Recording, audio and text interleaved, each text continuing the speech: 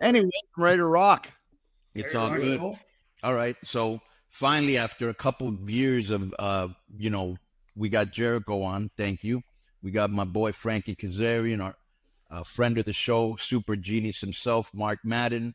Debatable about the super. And why would you say that's debatable, Disco? Because IQ diminishes over time. Studies have shown. How have you been doing K100 for like 6 years and you still don't have a microphone? You sound like shit. How can that even be possible? I have no idea why that is, because it sounds fine in post. It's because they can't polish shit. That's why, Jericho. Listen, I've got Joe sent all of us the same microphones. Rove Connect. Yeah. I have the exact same one that these other two guys have. I have no clue. $200 headset. Yeah. Interesting. All right, what's the format here? So basically the format is, and if we want to change anything or add anything, please do, because, I'm a big fan of rock and roll, but I don't know as much as our guest, and I want to see what their choices are. So basically I was thinking maybe 5-6 top rock, your favorite rock groups. Give me a little information on them, of why and maybe some honorable mention, and maybe some solo singers. You know what I'm saying? Is that cool to you guys? Yeah, sounds good. Yeah, man. Yep. All right. So let's start it off with, do you want to go like everybody give their number 5 and we go work up to number 1 and then give our honorable mentions, or do you want to go from 1 to 5? It doesn't matter. 1. Just do 1 through 5. Each guy 1 through 5. We can rip off that, I think. All right. Let's start off with our boy Chris Jericho. Your number 1 top group and why? Well, it's hard to just say like this is my top group and why. So if you want to pick 5, I'll just give you 5 in no particular order.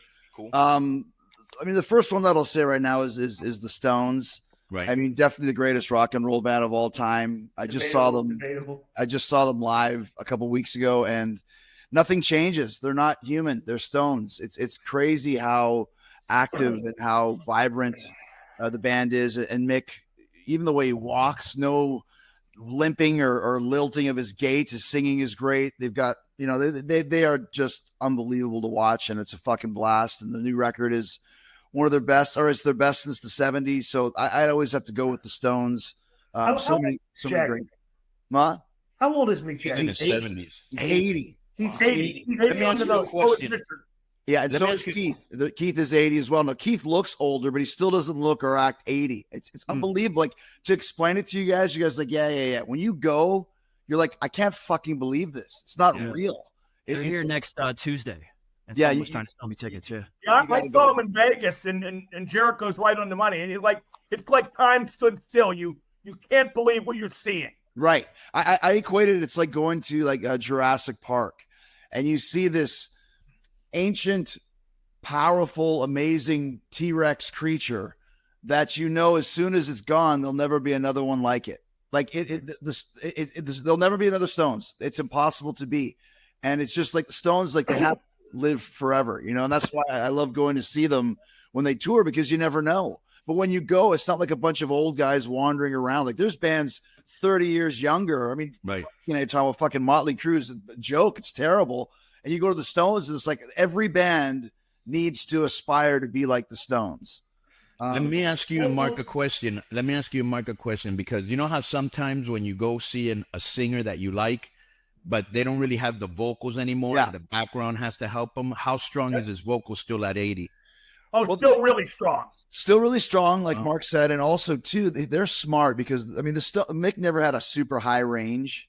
But for the stuff that's high, they've got 3 background singers. Like the Stones, they've got the 3 Stones, and there's like 9 people in the back. There's a whole freaking orchestra back there, and 3 singers. So anything like Misuse kind of high, Mick still hits it, but they got the chicks singing the parts as well. So it just fits. It works. And it's not a sad show. Like you go to some older groups, and it's like you sense that they're hanging on, and it's just kind of. Pathetic's too strong a word because I wouldn't disrespect them like that. But the Stones are still the Stones. It's still vibrant. It's still uplifting. Like I saw Greta Van Fleet recently, who I love, and they're all in their mid-20s, and the Stones had just as much energy. Wow. And I want to make a point about the Stones too. Is it kind of it's a good testament to how miserable rock has been in like the past like 20, 25 years. Like there's no new bands, to the point that at 80 years old, the Stones are still out there selling out places. Like you look up and there's literally not one single empty seat in the house. Well, I think that's because they're still the Stones. They're not like, they're not a parody of what they used to be. They're still the same kick-ass band they were like in the 60s. That's exactly right. You go to that show like freaking like Ronnie Wood and Keith too. Keith played the best I've ever seen him play a couple weeks ago. And Ronnie Wood is like, you think Slash is like a great player? He's a direct descendant of Ron Wood. Like Ron Wood is a fucking badass player. And I'll say one more thing. When you go to a Stone show, it's not a concert, it's a cultural event. It's like going to the Super Bowl. There's all ages, races, creeds, nationalities, everything. It's just like people are just there, and you know who I imagine is a lot like that? Maybe, I don't know. I haven't gone to their concert. Kiss. Kiss was like that, but Kiss a little bit. And Kiss kind of quality-wise went down a little bit because Paul's vocals went down a bit, because that's very high singing there. But Kiss had that too. Yeah. But another thing I love about the Stones, there's no plastic surgery on that stage. Mick is 80. He's not trying to get the shit done. He's like, fuck, this is what I look like, motherfucker. Check the shit out, So, right. I'm Mick Jagger. I don't need to change shit. Exactly. Give me your number one, Disco. My number one? Yeah. Led Zeppelin. Led Zeppelin. Led Zeppelin. Okay. Without a doubt. Just because if you really go back and like you get in a rabbit hole one day and just go back and listen to like a collection of Led Zeppelin songs, like 10 to 15 of them, right? Is that every song is very busy. It's like they had so many ideas. Like it's like so a lot of the songs, there's 3 songs in one. They go off on riffs, just like different. Like my favorite Zeppelin song of all time is "Nobody's Fault But Mine." Okay, because it kicks hard. I think that would be a great re-entrance music for anybody. Okay, the way that song kicks, right? But like they have so many songs where just like you're wondering like how did these guys think of all this and like come out, like Cashmere's like 11 minutes. Yeah. And just when there's like so many different directions and it's like, it's not. Well, to be fair, they stole a lot of it. They didn't steal. I'm not saying that critically, but they did. Right. Yeah. But I always thought the key with Led Zeppelin is their production. I thought Jimmy Page in a very early time frame in where production was making advances was just a musical genius. The way he packaged and presented and like you said, the time changes, the intricacy. He was one of the very first to pioneer that. Right. Yeah, the thing with Zeppelin too is like you got to keep this in mind. It's the same thing with the Beatles, who are probably going to be on this list at some point. Right. They had such an eclectic career, and it was very short. I mean, Zeppelin, you're talking 10 years. Beatles are 9. And think about all the different styles of music that they played and were able to incorporate. That still always remained. It always remains Zeppelin, And whether it's super hard rock like rock and roll or Heartbreaker, or whether it's, you mentioned Kashmir is a little bit more, East Indian. How many more times? Yeah, on this journey, Dire Maker, which is actually pronounced Jamaica, which is reggae. It's like there's so many styles that they have, but it was such a short career. Like they were done in 79. It is, but however, let me just finish my final summation. Led Zeppelin.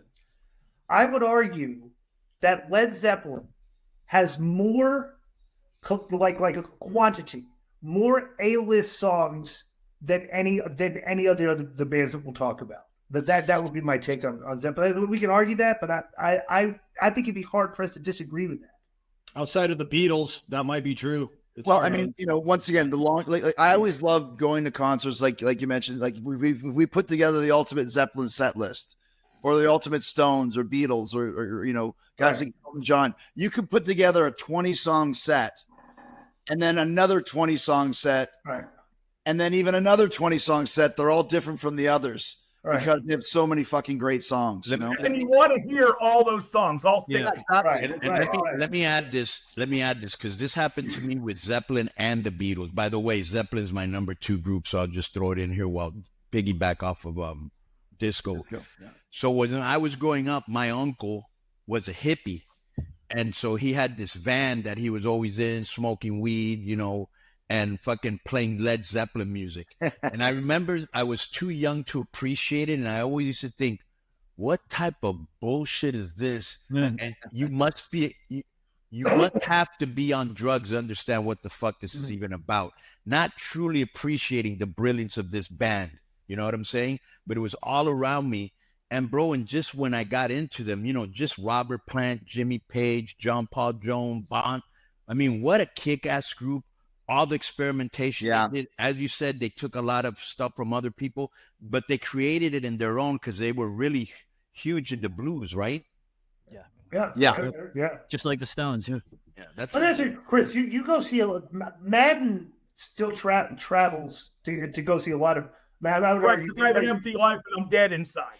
Right, so he sees tons of concerts. Chris, how many concerts do you see? Because it's funny because I know Dolph was a big rock fan too, because he would come in off the road in the middle of a road trip, and it'd be a Saturday night, Metallica's playing at T-Mobile, and he'd come and see them and everything, then just go fly out in the morning, go back on the road and stuff. I have no problems. I mean, I was just in Vegas a couple weeks ago to see the Scorpions residency. So I'll go to the bands. It's one of the things I have a job and I don't mind spending money to go to a show. I don't like getting comp tickets, even if the guys are friends, because I want to be as close to the front as I can. Cool thing about Stones is that I know they're head of security. So every time I go, I'm right at the catwalk where Mick walks by, and I can get used to that. So I want to be right in the mix. I had tickets for the last Kiss show at Madison Square Garden in the front row.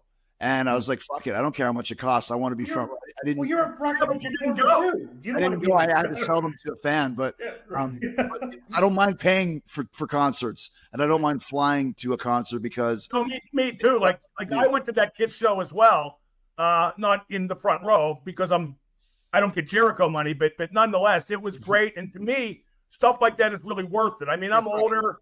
I have money. It's what else am I going to do with it? Like my favorite band, and we're not going to discuss them long because, Jericho's heard of them. My favorite band is UFO. Okay, Jericho, don't smirk, Jericho. You covered the UFO song. Eddie Trunk's favorite band is UFO as well. People your age love that band. Yeah, and I give me a little bit. Give me Mark. I know you brought them up before once, but I don't remember them too much. Give me and some people that don't know about them some stuff on them. Michael Schenker on guitar, really pony guitar sound, lower range vocals with Phil Mon, Pete Way, the ultimate rock and roller on bass, a good friend of mine till he passed away a few years ago. Just like Heavy Melodic Rock. What makes them number one? What makes them number one for you? Just everything I just did. Heavy melodic rock. Some great riffs, Too Hot to Handle, shoot, just great stuff. Let me step in, Mark, so I can make it a little bit more accessible to people that might not know. So UFO is kind of like an earlier version of the Scorpions. If you like the Scorpions in the 80s, you'd probably like UFO in the 70s because they were kind of like the original version of what the Scorpions became. And they really were huge in about 75 to 78 range. So guys Madden's age, later 50s, super like James Hetfield and Kirk Hammett are huge UFO fans. Right. Because the guitar player, Michael Schenker, was like an early guitar hero, pre-Van Halen, pre-Randy Rhoads. He was kind of one of the first hotshot rock and roll guitar players, and that attracted a lot of people to that band as well. Why had you never heard of these guys? They couldn't keep it together. They had a top 5 album with their live album, Strangers in the Night, in the late 70s, and then the guitar player left, and I've known most of the guys because I'm like me and Eddie Trunk are the two biggest UFO fans. They're fucked up. I mean, I saw the guitar player take a swing at the singer on stage at a concert. And that was the last time the guitar player, Schenker, ever played with them. Pete Way was a lifelong addict. I mean, a good friend of mine, but that's what he was. So they're no longer together. No, they had a lineup until about 3 years ago of the singer, the drummer, and a few other guys. But they just packed it in. Yeah, you've seen them live, have you? Because they've had a lot of angles throughout the years, like contentious relationships, and you've seen. Oh yeah. He's falling off the stage. He's just I've seen them over 40 times. It's just there's always a story to tell. Years later, I said to Phil, the singer, I showed him my ticket and my backstage pass from when they had to fight on stage when Schenker left the group for good. And he apologized. And I said, Phil, there's no need to apologize. I'm a lifelong UFO fan. It was kind of cool to see one of the stories everybody talked about. You know what's kind of funny? Do you remember that show, which was excellent, and I wish they'd bring it back, Behind the Music? Yeah. Bro, it didn't matter if it was rap. It didn't matter if it was pop. It didn't matter if it was any fucking genre. It was always the same problem. Groups, there's always infighting. There's always creativity difference, or there's always drug issues. And they all almost invariably fight when they're young. Then they get old and they're like, bro, we got money to make. Yeah. Maybe we need to get the band back together. And almost everybody, okay. Frankie, some of them still fight till they're old. Sorry, Connor. Some of them still fight till they're older. Like Fleetwood Mac has been feuding with each other for decades. You know? And then they occasionally come back, but then like I won't see Fleetwood Mac without Lindsey Buckingham. I just won't. You know what I mean? Yeah, but they were like married, so they even had other issues. Yeah. But Okay. They all basically kicked him out not too long ago. Right? Stevie Nicks did what? Kicked out Lindsey Buckingham of Fleetwood Mac. Oh, really? I didn't know. Said it's either him or me, and they picked her. Frankie, who's your number one? My number one's Metallica. That's no real secret, I knew you were gonna say that. Yeah, that's that's the be all end all for me. Metallica. When I first heard them, I can equate it to like the first time I ever saw wrestling was WrestleMania 1. I put in a video tape and it was WrestleMania 1, and I was obsessed, hooked, and my life would never be the same. Same thing when I discovered Metallica. Something about that sound. The fact that they pretty much invented the genre of thrash metal, and then years later, what's the difference between thrash metal and heavy metal?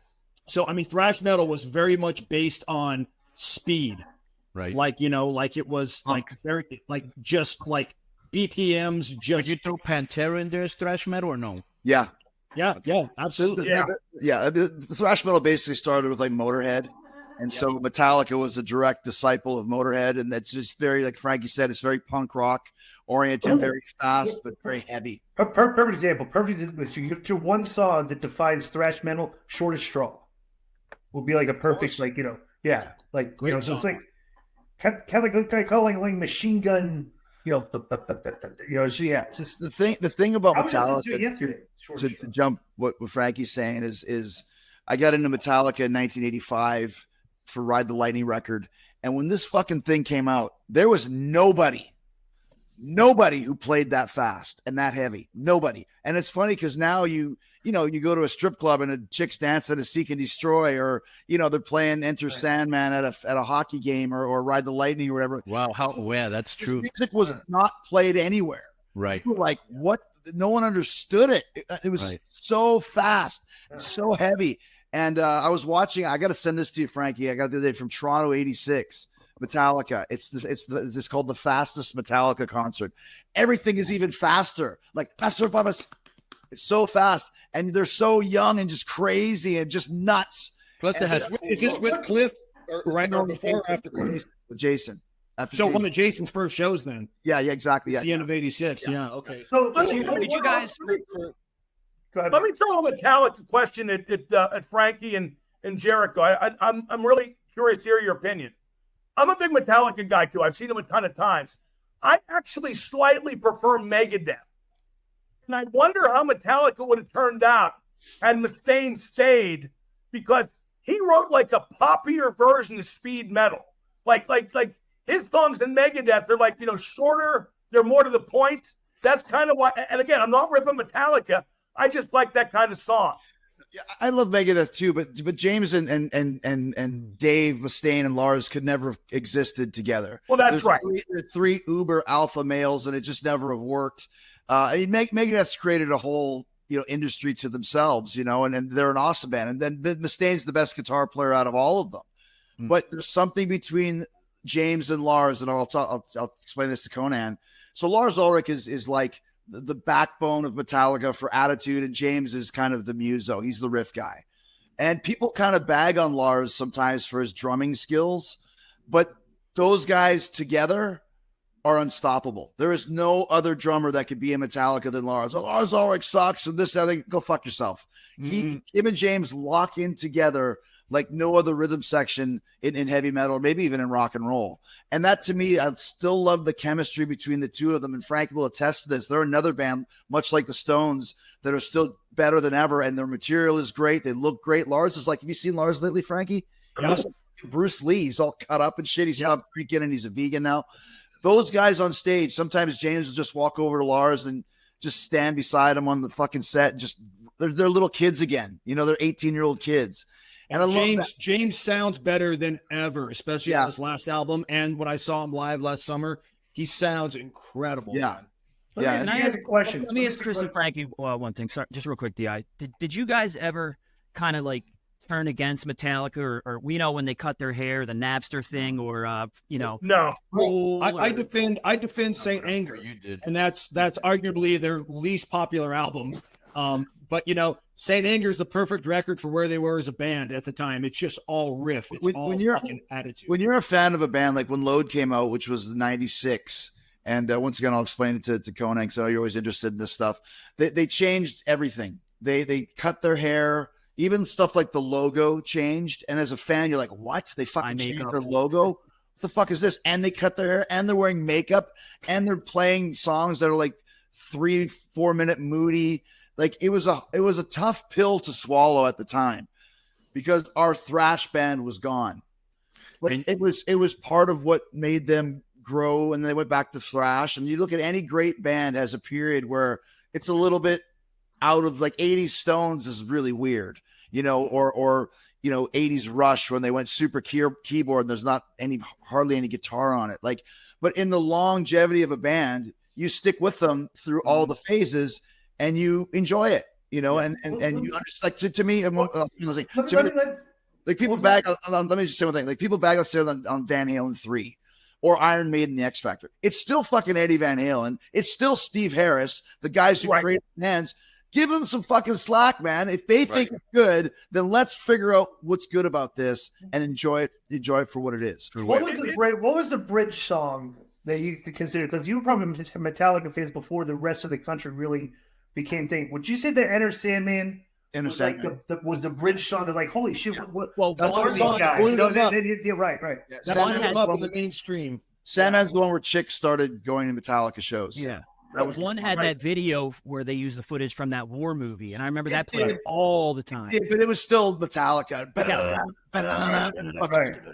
Yeah, it wasn't like when Foreigner crossed over with the sappy ballad. Right. It was still Metallica with the song that just clicked mainstream. I want to refer to Aerosmith because what you guys are talking about reminds me of when they started writing songs with like Desmond Child, Marty Fredrickson. Yeah. It was different, but it was still Aerosmith. And it took a while to get used to, but I still like it. Yeah, like I like Get It Grip a lot, but probably not really anything after that. You know who's another group that was, and I love Sappy Foreigner, by the way. And so another group that I thought went like that had a really cool sound and really different, because I'm a big fan of horns, was Chicago. And then they went into the sappy thing. Yeah, it's true. Yeah, but I like that era too. No, that's what happened in the 80s with a lot of bands. Like I'm a huge 80s Kiss fan to the point where I have an 80s Kiss tribute band called Quarantine that's coming to Jericho's, man. You got to come see us again. I'll be there. I will be on the radio as well. Okay, cool. Thanks. A lot of people bag on 80s Kiss because it's very poppy. Gene Simmons kind of dropped out. Paul Stanley took over. I fucking love 80s Kiss. It's my favorite era of Kiss. Same with 80s Rush. Same with 80s Van Halen. Same with 80s ZZ Top. A lot of people don't like it because they switch their style, but that's what you have to do to stay relevant. Right. You don't sell out. You just expand your horizon. Not every band can be AC/DC and do the same album every time and make it great.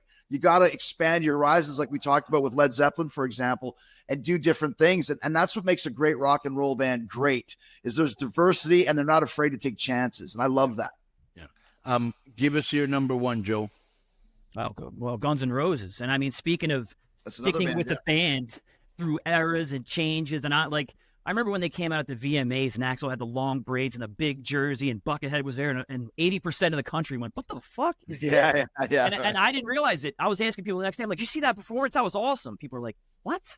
Yeah. So I'm just a big Axl guy to this day, even the stuff that they put out here and there. And it almost made me anti-Slash for years too, because I stuck with my team, right? But I'm so glad him and Duff are back, and the show since they came back, it's just GNR. GNR is my number two.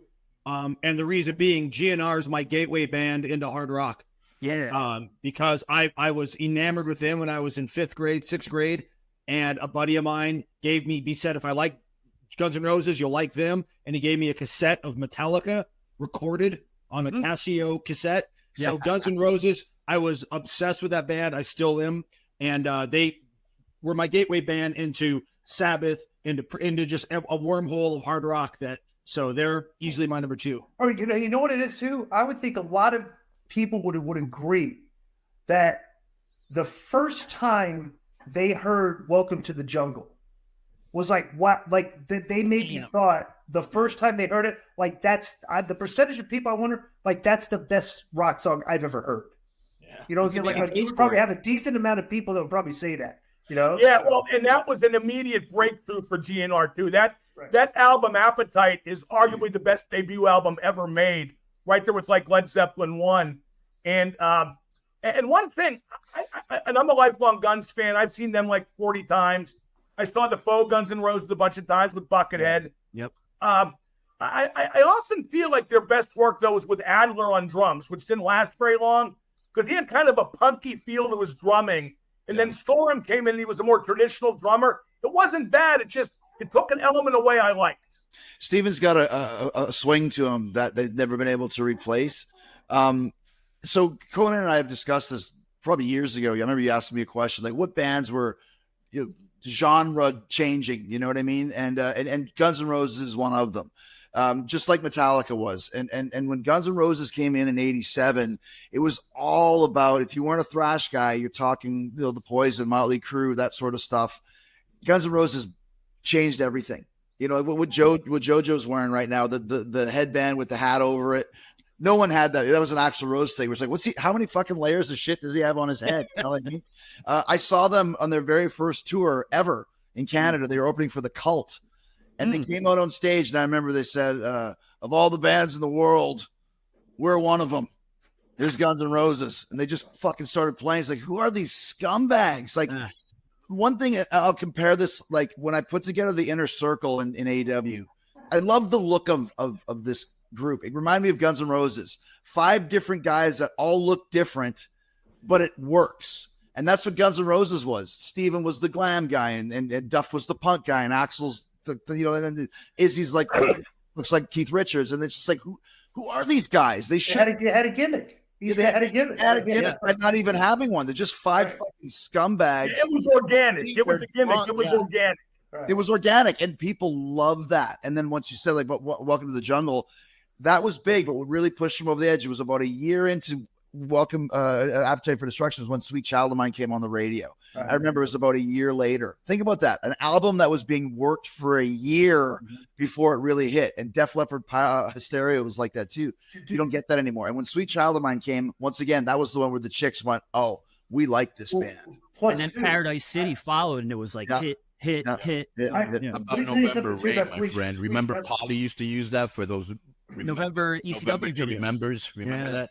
Bro, the best thing about Sweet Child of Mine, and the reason it was such a fantastic song, bro, listen to it like acoustic version with female vocals.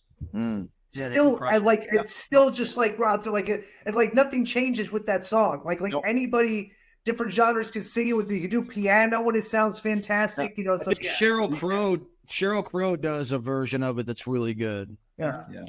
A great song is a great song, no matter who sings it. You could have, I always equate like to 5 guys standing around a burning barrel, like at the beginning of Rocky. Get you back. Like you could sing Sweet Child of Mine around that garbage can or any great song, and it's going to work. It doesn't matter who's singing it. It's a great song. Right. So before I tell you my number 1, I want to throw this out there. And I don't know, because I'm not in the rock community. When you guys were talking about best first albums ever, I want to throw 2 out there that I don't think get enough love, or maybe it doesn't. I don't know it. I thought Boston's first was fucking great. Plus, they did it in their house. Yeah. That's one guy. Tom Schultz, one guy. Yeah, it's one guy and a singer did it all in his house. Yeah, how incredible was that? That sound is still kicking today, bro. It's you know, and every Piece of Mind on it. That record is a hit. Yeah. Here's another one that I thought was kind of underrated, but great for its time. Peter Frampton. Oh yeah. You talking about the live album? Live. Yeah. You know what's funny about Frampton? he never sounded as good on studio as he did live. Yeah. I played that live album to this day. Yeah. I don't even remember where I put his studio stuff from back then. It's just, for some reason, he peaked live. But there's a lot of bands like that. If you look at Kiss Alive in comparison to the studio albums, it's way better. And here's another one: Cheap Trick live at Budokan. Listen to the original. I Want You to Want Me. It's like a country song. It's not good. Live is when it becomes fucking rocking. So there's a lot of bands in that era that sped up the tempo a bit live and added a little bit more of a rock element and just made things so much better. And some of those bands broke because their live records did so well. Like Frampton Cheap Trick and Frampton, that's what broke them. And Kiss, famous example, yeah. So I'm gonna tell you my number one, but it's funny to me because when I talk to young people, they're like, "Who?" And I'm like, "Really?" And so when I was young, I hated these guys because I was too young to appreciate who they were, and it was ubiquitous. They were on the radio 24/7, and then I appreciated them, the Beatles, because to me, there was rock like Elvis and Chuck Berry and all that, and then the Beatles came along. And the great thing about the Beatles, besides having two great songwriters, was that they experimented. Like everybody's sounded the same back then. You know what I'm saying? But the Beatles did they get into indie music and going to see the Yogi, and they did psychedelic music, and they did, hard rock, and then they were kind of like the precursors to how Led Zeppelin was kind of like one of the first ones I ever heard that did album rock. Like they did album rock. And if you remember back in the day, because I worked at a record store, all the people's cover was usually the singer in front smiling with the group. This was the first one that had elaborate art, like Sgt. Pepper's Lonely Heart. Like they brought the art game up. You know what I'm saying? Yeah. The picture block cover. Yeah. Or just the white album. Nothing. What's funny too is I at work I have my computer there, so I play music and the back is when early in the night there's not a lot of ambience in the club because it's there's nobody there and you can't hear this music inside. So before 8, the girls come in before 8 o'clock and they have to clock in before they get the cheaper housing. So sometimes I have like 7 or 8 or 9 girls in line just waiting, they're clocking, they're standing in line, and I'll play. And it's kind of a bright gimmick.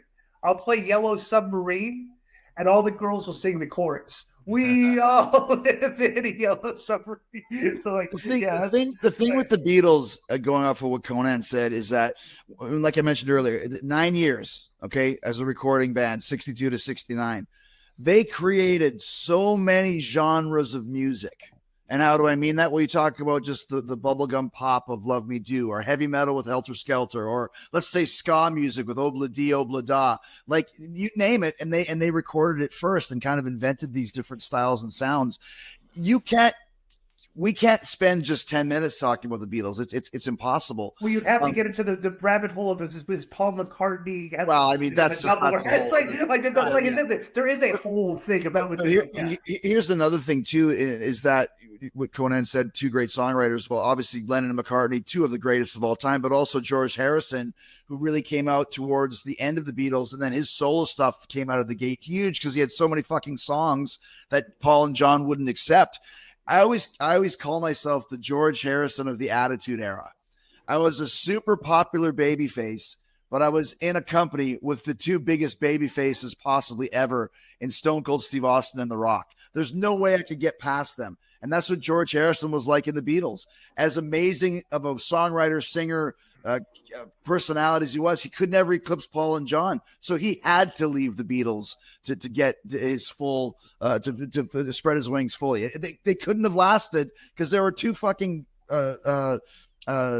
talented, and even Ringo as well. Ringo's possibly the best drummer of all time for playing what's right for the song. Lars Ulrich is the Ringo Starr of heavy metal. He plays what's right for the song, not to show how many paradiddles he can do. So I mean, there's just fucking Beatles forever, man. Well, you're right. You're right about Harrison. Like I would make the argument that All Things Must Pass is the solo album ever done by a Beatle. It's a triple album. Yeah, came out 6 months after they broke up. How many songs did he have written that they wouldn't take? But that said, I think McCartney's solo work was exceptional too. It got really poppy, but it was really good. Well, and the thing is too, Paul hit the ground running and kept going up until this day. John only had 5 years of solo stuff, 70 to 75, and then he quit to raise his son before he put out Double Fantasy, and then he got shot, 3 days later. So I think the fact that John was getting back to recording and writing, that it would be inevitable that John and Paul would have reunited probably about 86, 87. I don't know if George would have, but Paul and John would have for sure. Nah, they would have. I think they would have, Chris. There would have been a Beatles reunion, however brief, because that was the time when the money would have just skyrocketed. Yeah, you're right. But George was such a like a cool cat that didn't care about possessions and money, and he just wanted to garden. Like maybe he would have done it for the legacy and for the fans. Like with the Beatles, they would have got Eric Clapton or fucking some guy like that. That would have just, but like they would have done more music together, and that's one of the worst what ifs in rock and roll history. What if John Lennon hadn't been assassinated in December of 1980? Who knows what could have and might have happened?